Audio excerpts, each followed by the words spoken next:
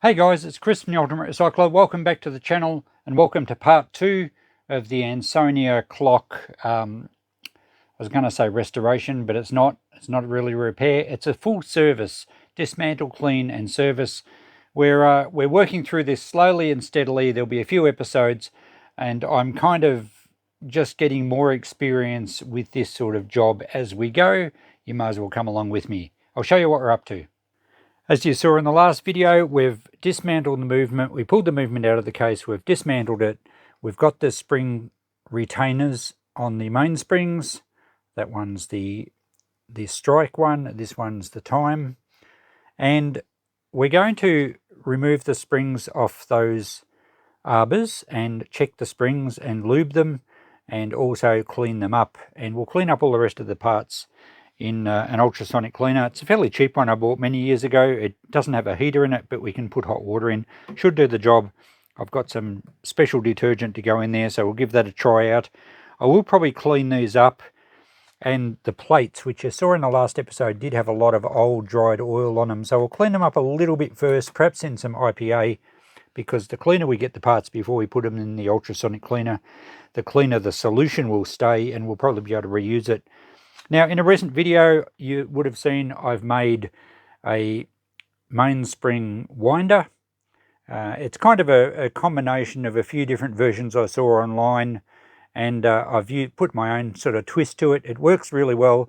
I've made up this extra aluminium plate to go behind the spring, and I'll show you how I use that, because when we first tested it in the video that I made it, we did have a bit of a mishap, which scared me and some of the viewers. So that plate has fixed that problem. So we'll use that shortly because we have to safely unwind these mainsprings. So without any further ado, let's fit up the spring into my winder. And I find that it's easier to unplug that and put the collet chuck on there. And we can be assured then that it has a proper grip on the arbor. And then we can plug that back in. Now, I've got this aluminium piece cut so that the center hole is the same size as the other end of the spring arbor. If I have different size arbors from different clocks, I'll just make up some more aluminium plates. And it's very thin and it's very easy just to sit on there. So under the back nut, we'll slide that through until it locks over the end of the arbor. Then we can roll this nut back against the frame.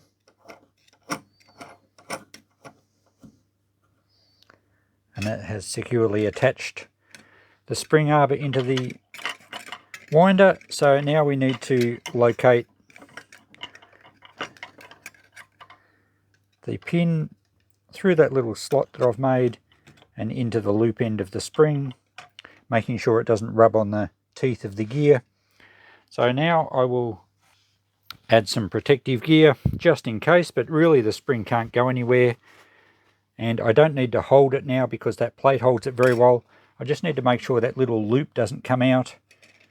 But I have rebent the shape of it and it seems fine. So now that that's all through there, we can actually wind the spring up.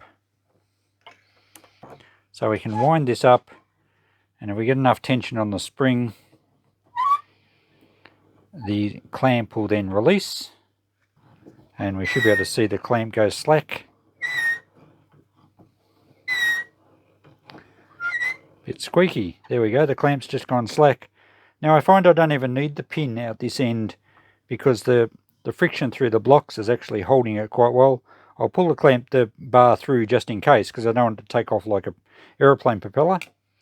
And this clamp now should release pretty easily off the mainspring, just like that. And now we can go in the opposite direction and just allow the spring to unwind.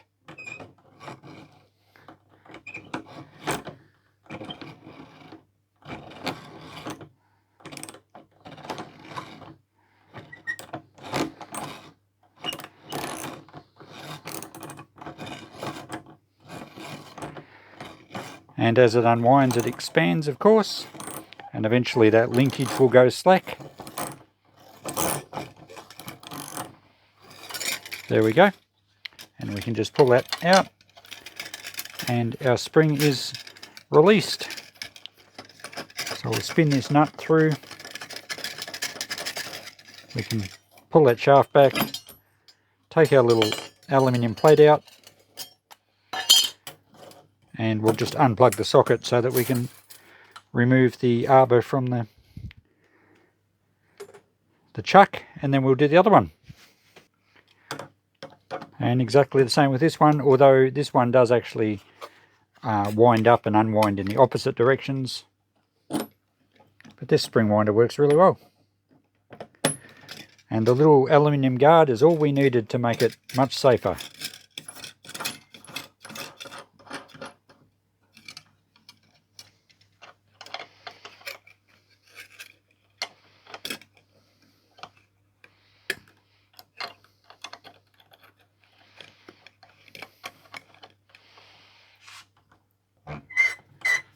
Okay, wind this one up.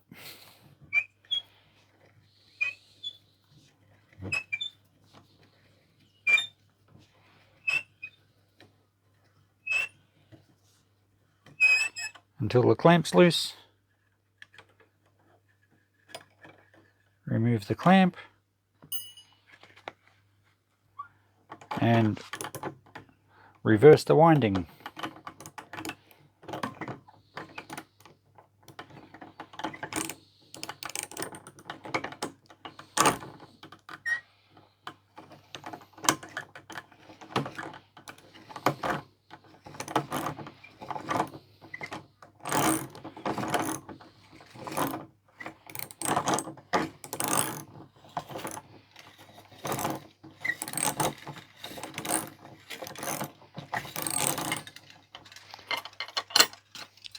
There we go, job's done. We don't need our glove anymore. So that spring winder works great. I don't need the ratchet here. As you can see, unwinding it was a bit of a pain. So I've got an old ratchet I'm going to weld up just to be a solid bar. That will work fine. Okay, we have our springs unwound, and something I'm noticing with them when you take a spring out of a clock, how it sits gives you a good idea of how much wear the spring has, or how healthy it is, I guess you could say. That's expanded quite a bit, so that's not too bad. Sometimes you'll take them out of a clock and they're all still fairly compact, which means they're kind of set and they won't have a lot of power. These ones have expanded a fair bit, so I think they'll be perfectly fine to clean up and go back in the clock. So we'll need to get the arbors and the great wheel out of the spring. We'll do that next. Then we'll start washing up some stuff just in some IPA, and we'll get a little toothpick and we'll just clean out some of the pivot holes and just make sure that none of them are overly worn. To get the mainspring off the great wheel arbor, we need to release the center hook. Now it's got a little notch on the arbor that hooks into a hole on the center of the spring. They can hold on quite tightly and be a bit tricky to get off.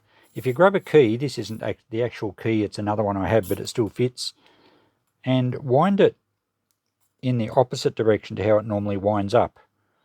And what that does is it pulls the notch out of the hole, and sometimes it takes a bit to unwind until you hear it click like that, and then we should be able to work the spring off if it's released. Sometimes it falls back in. There we go. So that's come out quite well. You can see the little notch on the arbor there, I think, hopefully. And the center of the spring, we won't be able to unwind it enough to show you, but it does have a little hole in there. So we'll keep these together. We don't want to get them mixed up because one winds one way and one winds the other. But they will both need cleaning. So now we'll take the other arbor from this spring, and we actually have to wind that the opposite way to what we did the other one.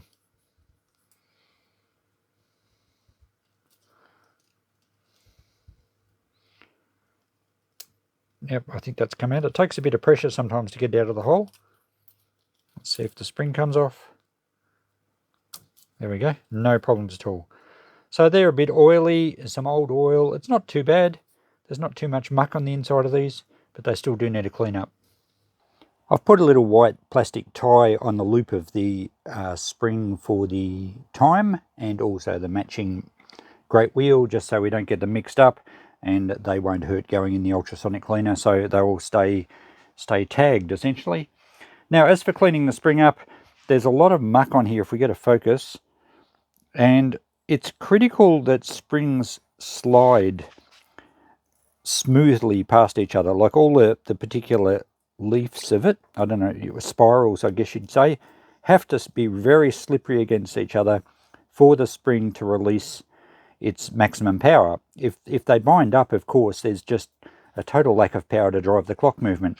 So we're going to clean it up. I saw a neat trick on someone else's video just to put a screwdriver in a vise, and the screwdriver goes through the loop so it can't possibly come off.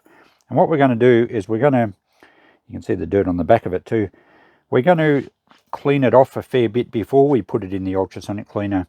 And I've got some Scotch-Brite here, which is fairly abrasive. I know I've read some people use very fine steel wool, and it'll clean the steel up nice and shiny and make it very slippery. And I'm going to use a can of WD-40. Yes, it's a very old can. I pick up a lot of this in people's shed cleanouts, and it's going to be used purely as a cleaning agent. I will wash it off afterwards with IPA. You should never use a cheap lubricant spray in a clock, but I'm using this in a cleaning fashion. So we'll put a bit on the Scotch-Brite pad, and we'll just wipe it back and forward and run it as far along the actual spring as we can. We're not going to get right into the middle, but we'll get most of it done, and it will be nice and smooth, and when it's reoiled it will be very slippery and we'll get maximum power into the clock. So that's what I'm going to do with both springs, and then we'll give them a rinse in IPA just to get any last oil and stuff off them, and particularly the pivot points on the plates, and then we'll put it in the ultrasonic cleaner.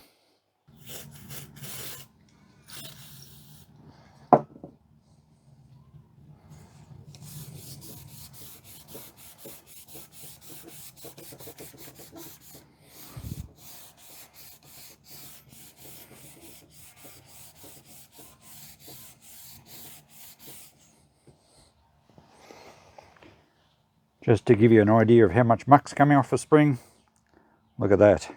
So we'll just run down the spring like that. It already feels much better.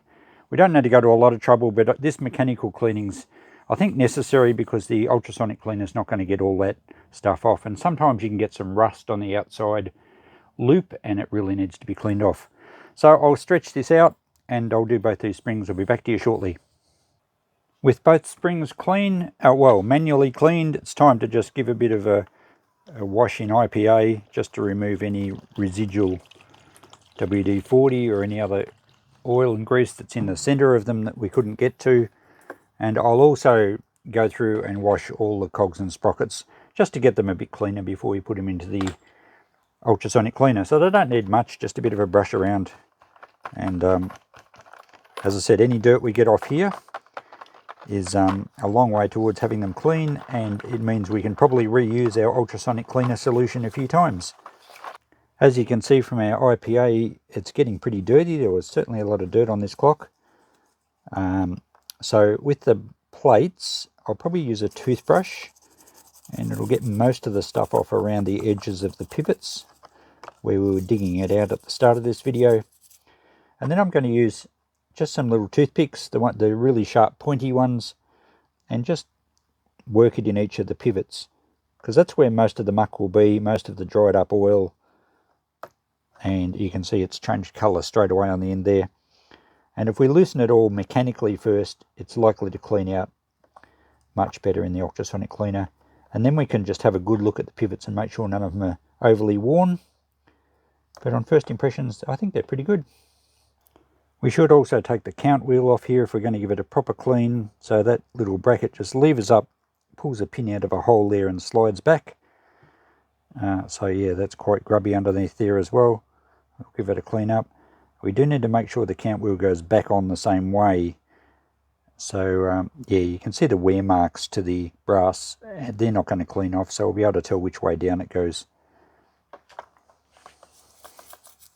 Just reading the instructions on the Eurosonic ultrasonic cleaning solution. I haven't tried this before, so this will kind of be a review for this product. I like the fact that it contains no phenols, ammonia, sulfur compounds, nitrates, harmful components, organic in nature, non-toxic, non-caustic, non-corrosive, non-acidic, non-hazardous, and non-flammable. Let's hope it isn't non-cleaning. At the rate, I think it was about 1 part to 30 parts water. I've got some hot water in here, so let's pour that in. That was 60 mil. No, that was 30 mil. We need another one of those. And we'll put these cogs in from the time side first. I think we'll do all this in stages. The solution should be clean enough to do the whole lot. And I think we'll put them on for, I don't know, maybe about 20 minutes. The ultrasonic cleaner's working, you can probably hear it, and already the solution's looking a little dirty, so it just goes to show after a wash in IPA there's still dirt to be removed. I tried to get one of the springs in and I tried to cable tie it a bit smaller, but with the vibrations of the cleaner it just kept popping out, so I rinsed that again in IPA to get any water off it so it doesn't flash rust or anything. I think the springs are going to be clean enough with our treatment, so I put both lots of the gears. I've got the time train this end and the strike train this end. I'll keep them separate just so that the gears are easier to sort out. And once they've done, I'll put in the plates and give them a clean. Then we'll rinse the whole lot in some nice fresh IPA because the alcohol will help displace any moisture, and we'll make sure they're thoroughly dried so that we don't get any rusting. And then we're up to reassembly, which will be the next part. First cleaning run is finished and the water's quite murky actually. I think we'll still be able to use it once or twice before we throw it out. It's cleaned the little cogs up quite well. They're actually good. They're not overly shiny. I know some people use ammonia solutions and it brightens the brass right up. I don't want it looking too shiny. It's cleaned them up very well. So I'll just drain them off on the towel a little bit and then I'll give them a good rinse in IPA to get the last of the water off. And then I'm going to dry them. Perhaps it's a very hot day today. I might take them out in the sun for a little bit and they'll heat up pretty quickly and dry them off. Or you can use a hairdryer. I might even do that a little bit first and then put them in the sun to make sure they're totally dry. So we'll do this lot, keep them separate. We'll pull the next lot out and then we'll put the plates in. Same process with all of them. Okay, so our cleaning process is all complete. I washed everything in IPA as I was explaining. I cleaned everything. Well, I dried everything with the hairdryer and then I put these tubs out in the sunshine. It's fairly warm out there today, and if something's going to take all the moisture out of something, it's the great Australian summer sunshine. So I'm confident they're all nice and dry and clean now. You'll notice there's still a bit of patina and staining on the plates. I'm not worried at all about that. It's to my mind, it's part of the clock's age and patina, and I wouldn't want something antique to look nicely polished. So the cleaner did a pretty good job, I think. As you can tell by the water in there, it's fairly cloudy. So as far as a summary of this stuff goes, I like that it's non-toxic. It did seem to clean well. We used a bit of it, but I should be able to get a few more cleans out of that, so I'll save that solution. Next step now is assembly. We'll make that the next episode.